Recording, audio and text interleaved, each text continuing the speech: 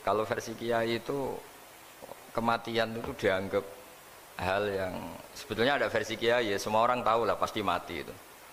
Cuma inginnya mati itu kan macam-macam. Inginnya ya setelah kaya, terus setelah mapan, terus menangi anaknya mapan, cucunya mapan itu. Terus itu pun sebetulnya ada siap mati juga, tapi ya tetap mati itu. Jadi saya punya cerita, saya akan cerita yang lucu-lucu ya supaya nggak tegang ya menghadapi kematian. Dulu itu kroni itu ya sudah ada. Jadi Nabi itu ya punya kroni, tidak hanya pejabat. Nabi itu punya kroni. Nabi Sulaiman itu bisa terbang. Ya mulai dulu manfaatkan angin. Jadi angin itu mulai dulu memang luar biasa. Dimanfaatkan orang sekarang mulai tenaga angin, pakai rem angin. Mulai dulu angin itu luar biasa. Nah itu teman dekatnya Nabi Sulaiman tuh ya agak sopan tuh bilang gini, itu Pak Nabi itu kalau nanti ada malaikat Israel saya pinjam anginnya supaya tidak bisa ngejar saya katanya. Jadi mulai dulu tidak hanya pejabat, Nabi pun ya punya teman yang agak-agak gimana itu. Suatu saat malaikat Israel disuruh nyabut orang, misalnya namanya siapa lah. Nanti saya sebut ada yang tepaan sama nanti tersinggung, ya semuanya siapa gitu. Yang jelas namanya ada Agus tidak Bambang karena bahasa Arab itu orang ini cabut di India. Nabi Sulaiman kira-kira ya di Palestina kira-kira itu. Si orang ini ternyata di dekat Nabi Sulaiman. Nah karena Nabi itu kan orang hebat lah, sehingga malaikat ya kadang silaturahim ke para nabi. Israel sendiri ya kadang-kadang silaturahim ke para nabi. Silaturahim yang paling nggak disukai ya silaturahimnya malaikat Israel. Datang ke Nabi Sulaiman, sebenarnya niatnya silaturahim. Ternyata ketemu orang itu, kaget malaikatnya. Waduh ini gimana ini? Kok saya disuruh nyabut di India, kok orangnya di Palestina? Nabi Sulaiman kira-kira di kawasan Palestina, di wilayah yang katanya Israel itu. Karena Palestina kita tahu kan, menurut pemerintahan Israel itu wilayah Israel, menurut Palestina pemerintahan apa? Palestina. Tapi Indonesia alhamdulillah sampai sekarang itu nggak mau atau tidak punya hubungan diplomatik dengan apa? Israel. Sehingga kita harus mengistilahkan Palestina untuk warga Indonesia. Kaget malaikat ini katanya disuruh nyabut di India kok ada di sini. Nah si kroni ini, si orang yang itu melihat malaikat Israel, entah kenapa kok dia bisa melihat itu, mungkin punya kekuatan tertentu karena dekat Nabi. Kaget dia, malaikat melihat dia karena janggal ya, disuruh nyabut di India kok orangnya di Palestina. Si orang ini melihat malaikat juga takut, malaikat itu punya hawa yang luar biasa. Akhirnya bilang ke Nabi Sulaiman, ya Nabi Allah tolong pinjemin saya angin untuk saat ini juga saya bisa terbang ke India. Dipinjemin sama Nabi Sulaiman. Akhirnya orang itu sampai ke India. Dikira angin itu sudah segala-galanya sampai India. Terus malaikat senyum, seneng dia. Wah ini sesuai protokol karena andai kan orang itu tetap di situ malah malaikat gak berani ngambil karena prosedurnya harus ngambil di India. Jadi andai kan dia tetap diam di situ sebenarnya malah gak masalah karena gak sesuai apa? Panduannya harus karena dia terbang di India, malaikat itu nyusul ya terus diambil karena sesuai apa? Saya sesuai perintah harus memang diambil di India. Nah, kemudian saya kan memang dipesenin untuk memperkuat apa ya, nakes, teman-teman semuanya lah pasien. Tapi saya cerita dimulai dari yang seperti ini saya sengaja karena memang ya hidup itu seperti inilah, pasti kita semua akan mengalami kematian, cuma inginnya kita ya hidup itu ya sehat ya, terus kalau mati itu ya tidak punya utang karena berat nanti utang itu. Saya tidak tahu fikihnya itu, kalau utang pribadi itu hisabnya berat, kalau utangnya lembaga itu gimana ya, dihitung salahnya direkturnya apa dihitung salah karyawan yang minta naik apa gaji. Saya tidak tahu kayak utangnya Indonesia itu yang disalahkan itu menterinya apa presidennya apa yang selalu mengajukan gaji 13. Tidak tahu itu, karena di kitab tidak dibicarakan. Yang dibicarakan utang-utang apa? Pribadi ya. Kalau yang utang-utang lembaga negara itu nanti tak tanyakan malaikat auditornya ini gimana cara apa? Itu yang disalahkan menterinya, apa presidennya, apa direkturnya, apa pengajuan proposal itu. Nah singkat cerita itu kalau ngadepin kematian atau sebenarnya yang ngadepi kehidupan juga kita ini. Inna sholati wa nusuki wa mahyaya wa mamati lillahi rabbil alamin. Saya bicara ilmunya kiai. Misalnya si A itu sebenarnya sudah ditulis dia mati karena kecelakaan. Yang satu ditulis mati karena sepuh, karena tua itu. Yang satu mati karena tersedak, yang satu mati karena ngelindur. Mungkin yang satu mati karena tenggelam. Sehingga sebetulnya andaikan kita melihat Loh Mahfud, kita ini ya naif. Saya berkali-kali ngaji bilang, kadang kita ini takutnya sampai tanggung takutnya dari motor ngelamun, gara-gara ngelamun kita. Andaikan malaikat itu kok suka bully, tawain gitu. Kamu catatannya kecelakaan kok yang kamu takuti apa? Taufik. Yang sejarah misalnya kita pernah hidup menanamkan kebencian sesama itu terus ke bawah. Anak cucu kita dikandani jogeman cocok wong iku musuh bapakmu, mbahmu itu. Sehingga anak cucu itu dendamnya diwariskan. Wong dendam kok dia apa? Wariskan. Termasuk utang itu. Ketika kita jabat ingin rumah sakit ini mewah, pikiran yang kok isdadi, aku seleren, semikir direktur berikutnya. Itu tidak tahu itu nanti hisapnya ke siapa. Saya ulang lagi ya. Maka dalam satu ayat dikatakan, laqad kunta fi ghaflatin min hadza fakashafna anka ghita'aka fabasarukal yauma hadid. Manusia ketika di dunia itu dianggap tidur. Tidur itu dengan tanda kutip itu bodoh. Bodoh itu tidak tahu. Fakashafna angka ghita'aka, nanti setelah kamu mati itu pinter.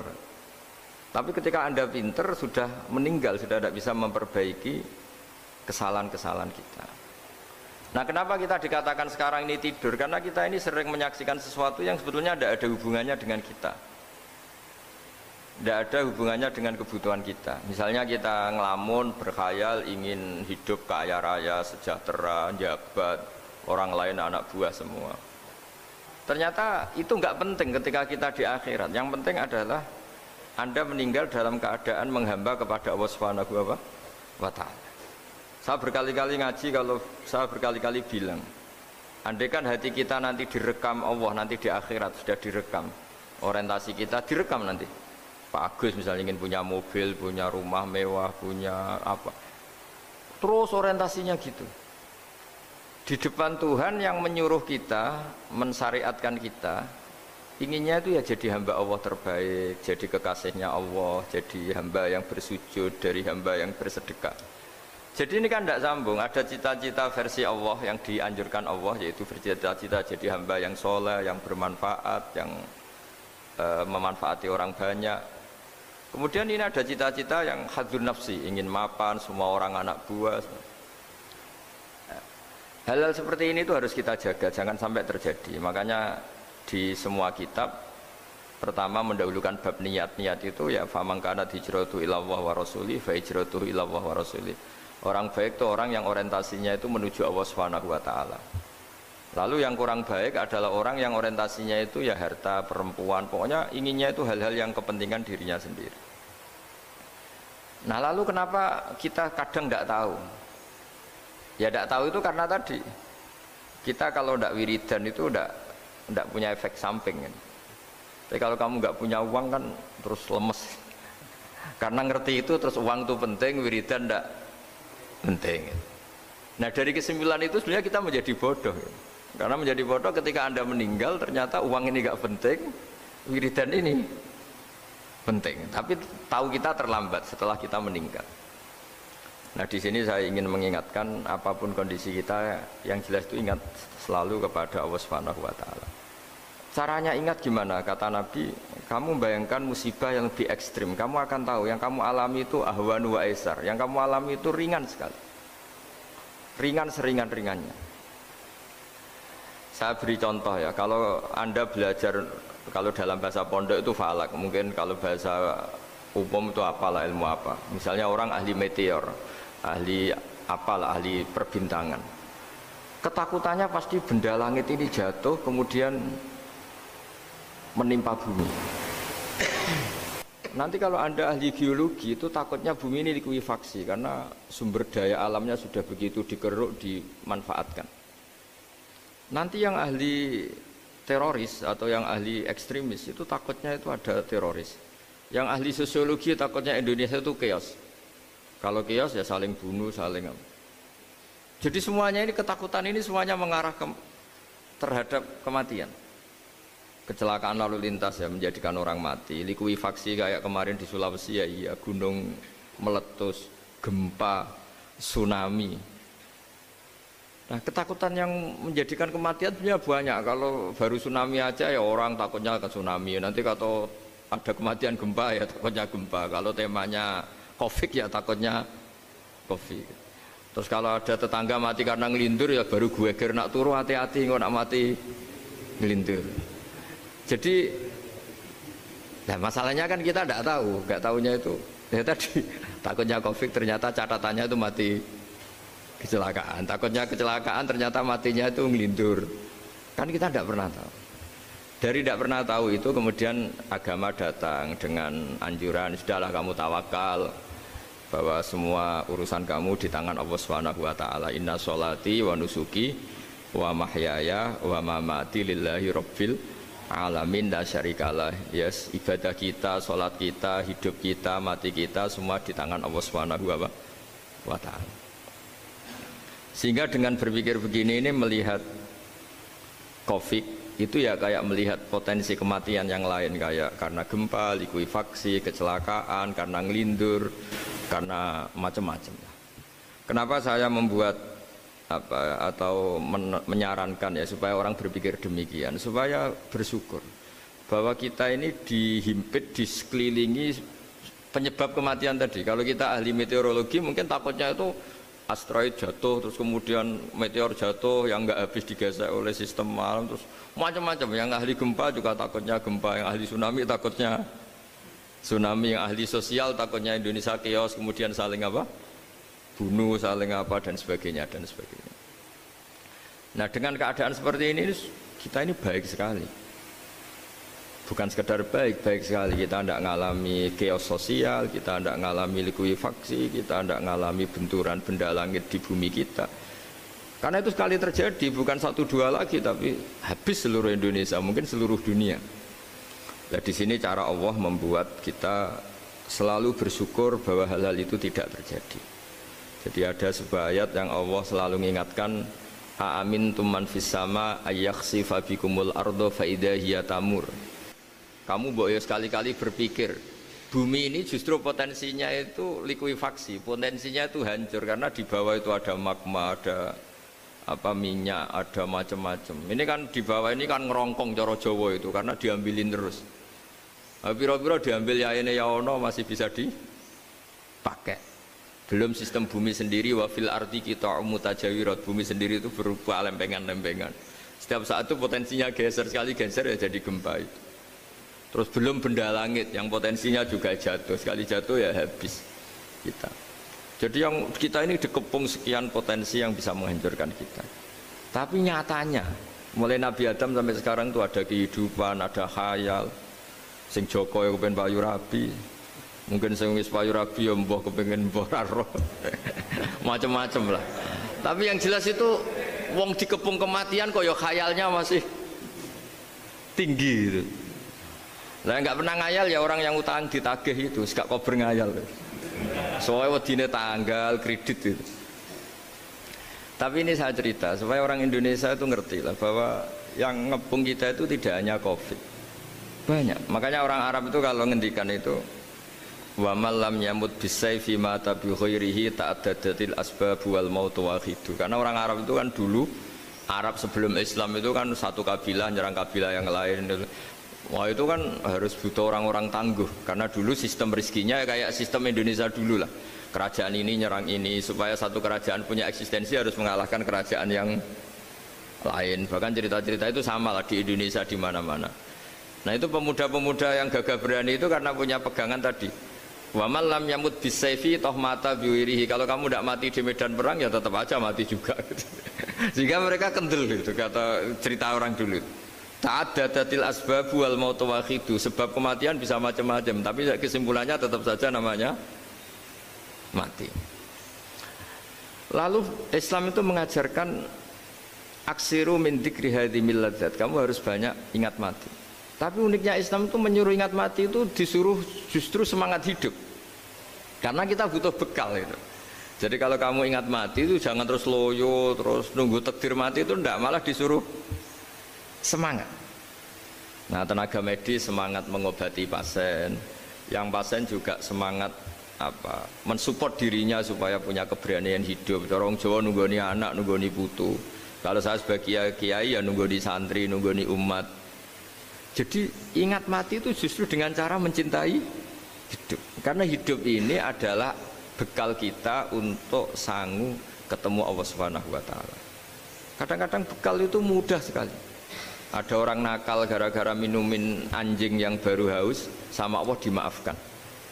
Ada orang yang pulang dari tempat kerjanya, ada duri di tengah jalan, disikirkan takut kena orang, diampuni Allah, akhirnya menjadi ahli apa? Surga. Ada orang yang kerja untuk orang tuanya, kemudian orang tuanya dicukupin menjadi ahli surga.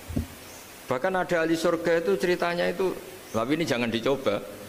Ada orang sudah jelas niat nyon sewu, niat zina, sudah tinggal itu terus mikir dia. Saat itu takut Allah gak jadi, barokahnya gak jadi, langsung dia jadi ahli surga. Sarannya gak jadi loh ya. Tapi ya tidak usah dicoba. Itu kalau keterusan masalah. Jadi Islam itu menganjurkan ingat mati, tapi justru dengan cara mencintai kehidupan. Karena yang jadi referensi Allah nanti di akhirat adalah perilaku kita, amal kita zaman apa? Hidup. Jadi disuruh ingat mati, tapi justru dengan cara sangat mencintai apa? Kehidupan. Lalu yang dinamakan kehidupan itu apa? Ya kita-kita ini, ada yang mengkhidmati agama, mengkhidmati orang sakit, mengkhidmati itu ya berbakti, membantu. Ada yang nata lalu lintas, ada yang nata keamanan kayak Pak Polisi, ada yang nata keuangan kayak Kemenku, macam-macam. Semuanya harus kita cintai, profesi-profesi yang oleh Islam dianjurkan untuk kita nekuni itu. Jadi saya mohon lewat cerita ini orang itu tidak fokus takut Covid.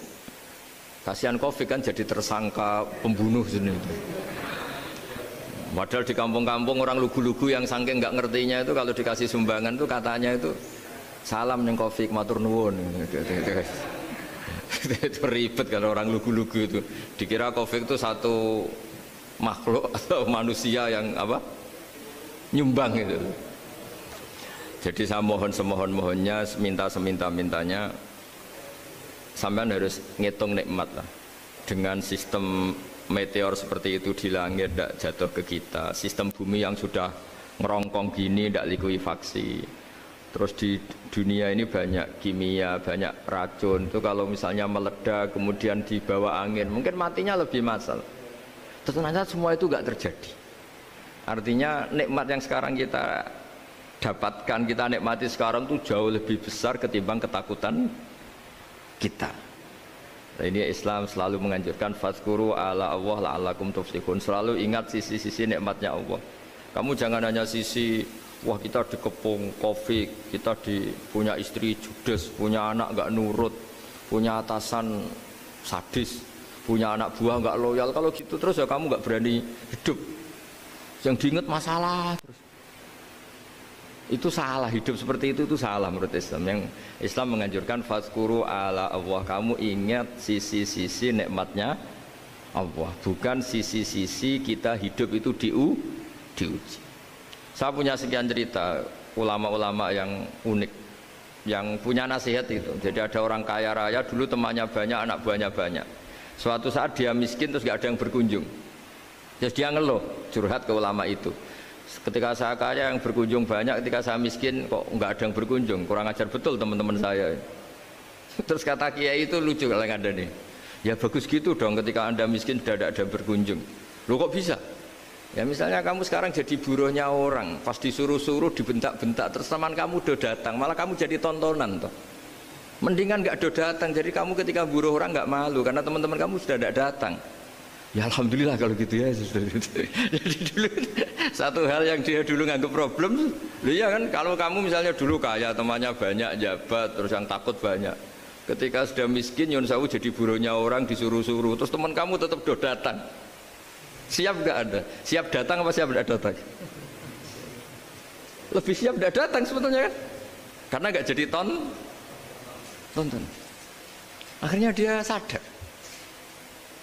Ya gitu kalau dikeluhin istri saya ini judes, ya sering marahin gini-gini. Ya bagus dong marahin kamu. Kalau marahin tetangga malah masalah. Coba kamu punya istri kalau marahin orang lain pusing enggak? Mendingan marahin. Jadi pokoknya dilatih terus. Lama-lama dia bersyukur. Nah termasuk cara kita melihat kehidupan. Ada doa Rasulullah SAW yang luar biasa. Ya Allah, jadikan kehidupan ini sebagai penambahan saya untuk berbuat baik. Wal mauta rohatan li min kulli syarrin. Kalau engkau takdir mati, ya anggap mawon ini mati itu berakhirnya semua potensi keburukan saya. Orang itu kan potensinya dua, buruk betul atau potensi buruk. Mungkin sekarang kita tidak korupsi, tapi saja suatu saat kita korupsi. Mungkin sekarang kita tidak salah, suatu saat potensi salah. Dan mati itu mengakhiri itu semua. Makanya saya berkali-kali cerita kalau ngaji, kalau orang-orang alim NU itu kalau ada bajingan mati tetap dia seksain ini baik dia. Itu tetangganya nggak mau semua. Wong bajingan darani baik, tapi kiainya ngotot harus disaksikan kalau ini baik. Akhirnya mereka bilang ya baik-baik. Padahal di hati kiainya sudah tidak bisa garong lagi, tidak bajing lagi. Ya baiklah gitu. Jadi sehingga orang-orang soleh itu melihat hidup itu ya biasa, melihat mati itu biasa, karena hidup adalah sarana kita menambah kebaikan dan mati adalah akhir dari segala keburukan kita atau potensi keburukan kita. Jadi Islam itu mengajarkan kita gimana menghadapi kehidupan, juga gimana menghadapi apa? Kematian. Jadi saya ulang lagi, itu ajaran-ajaran Islam yang luar biasa. Jadi ij'alil hayata ziyadatan li fi kulli khairin wal mauta rohatan li min kulli syarrin. Jadi hidup menambah kebaikan, kalau kita mati anggap saja mengakhiri semua buruk kita kalau kita sedang buruk atau potensi keburukan kita. Saya cerita ringan tapi supaya diingat-ingat. Jadi kalau kita yang nekuni, saya tadi kan sudah bilang, kita kiai yang nekuni ilmu itu, ya tadi kita agak fokus bicara Covid. Inna woha yumsikus samawati wal ardo antazula wala inzalata in amsakahuma min ahadim min ba'dih. Kalau kamu ahli meteorologi kan melihat ini jatuh jumlahnya besarnya sekian. Ini kalau digesek oleh atmosfer paling masih sekian, kayak kemarin Januari kan hujan meteor yang sering kena Lampung kemarin. Terus di mana-mana mesti takut kamu itu. Kalau kamu ahli gempa takutnya itu ya pergeseran lempengan bumi. Kalau kamu ahli tsunami ya takutnya tsunami. Kalau ahli sosiologi ya takutnya chaos sosial ya, sama kamu medis ya takutnya penyakit yang menular, penyakit seperti ini. Oke, kita sekarang fokus menghadapi Covid dan kita selalu berharap supaya Indonesia terbebas dari apa? Covid dan musibah-musibah yang lain. Ya tadi apa gunanya terbebas dari Covid tapi chaos sosial kayak apa terus kita? Sehingga Islam selalu mengajarkan harus disyukuri lah bahwa kita sekarang alhamdulillah kita hidup harmonis. Kita kata Mbah Mun Bhinneka Tunggal Ika itu dingendikakno terus. Terus yang terakhir masalah air. Air itu sumber kehidupan. Di antara Allah mengingatkan kita adalah kul ara'aitum in asbaha ma'ukum ghoron famayyatikum bima imma'in. Bumi ini kan bawahnya ada magma, terus ada air. Normalnya air itu enggak ada. Secara teori itu normalnya air itu enggak ada karena bumi itu kan kalau ada air kan meresap. Sudah meresap, bawahnya itu ada minyak, ada magma, harusnya air itu tersedot habis. Tapi orang saking angkuhnya, saking cueknya, ngira air itu malah potensinya itu abadi. Sebetulnya kalau menurut teori alam, air itu gampang hilang kan, diletakkan di bumi ya bumi itu meresap. Nanti bawahnya itu ada minyak, ada sebagian ada magma, ada macam-macam lah. Jadi potensi air itu harusnya nggak ada malah kalau melihat sistem itu. Tapi karena Allah saking rahmannya, air ini dijaga sedemikian rupa tetap ada. Kalau melihat sistemnya kan normalnya malah nggak Ada, makanya Allah selalu mengingatkan, in asbahama ukum khoron. Suatu saat air yang kamu pakai, yang jadi sumber kehidupan itu bisa saja tahu-tahu hilang. Mungkin tersedot oleh panas bumi atau corong Jawa niku nyeresep entek atau gimana lah cara Allah menghilangkan. Famay ya'tikum bima imain. Lalu siapa yang bisa mendatangkan air itu lagi? Ini kata para hafid, ini yang kata guru-guru ya, termasuk yang dikatakan Pak Mukhtar ini. Nanti orang harus ngendikan menjawab Allahu Rabbul Alamin. Hanya Allah sendiri yang bisa mengatur air ini selalu ada. Itu Pak, kalau kamu pikirkan air kamu sokkan di bumi kan mesti langsung hilang, meresap ke bumi. Bumi ada bawahnya lagi, ada bawahnya lagi, dan mungkin bukan yang paling bawah, mungkin tomak, harusnya itu nggak ada. Tapi Allah saking sayangnya mengatur sistem air itu ada dan tersedia. Tapi ketika orang terlalu cuek dan angkuh sampai lupa syukur tersedianya apa? Air itu Allah mengingatkan, disuruh bayangkan, kul aro'aitum, coba bayangkan kalau in asfahama ukum khauron. Tadi kan ada khataman ya, saya ikut, terima kasih. Bayangkan kalau air suatu saat itu khauron, menjadi hilang.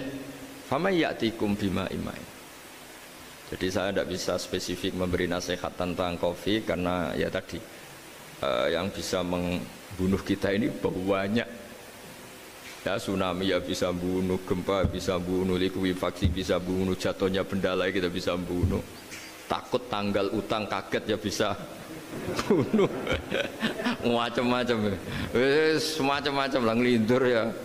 Kemarin mudik aja, yang sebelum tertata rapi aja mudik aja berapa kemarin, kalau ada apa mudik Lebaran yang tahun berapa, 3 tahun yang lalu apa 4 tahun yang lalu dulu. Jadi saya mohon, ketakutan kita adalah yang hakikat adalah takut jadi hamba yang tidak baik. Itu yang harus jadi ketakutan sejati. Takut kita di mata Allah tidak jadi hamba yang baik, sehingga kita jauh dari Allah Subhanahu wa ta'ala. Karena cita-cita terbesar kita dan cita-cita terbaik kita adalah jadi hamba yang diridhoi Allah Subhanahu wa ta'ala. Sebaliknya ketakutan kita sejati adalah takut su'ul khotimah, takut jadi hamba yang tidak baik. Kita inginnya adalah assalamu alaina wa ala ibadillahis sholihin. Yang berhak mendapat keselamatan dunia akhirat adalah orang-orang atau hamba-hamba yang soleh. Ya tadi, untuk menjadi soleh itu gampang di Islam itu.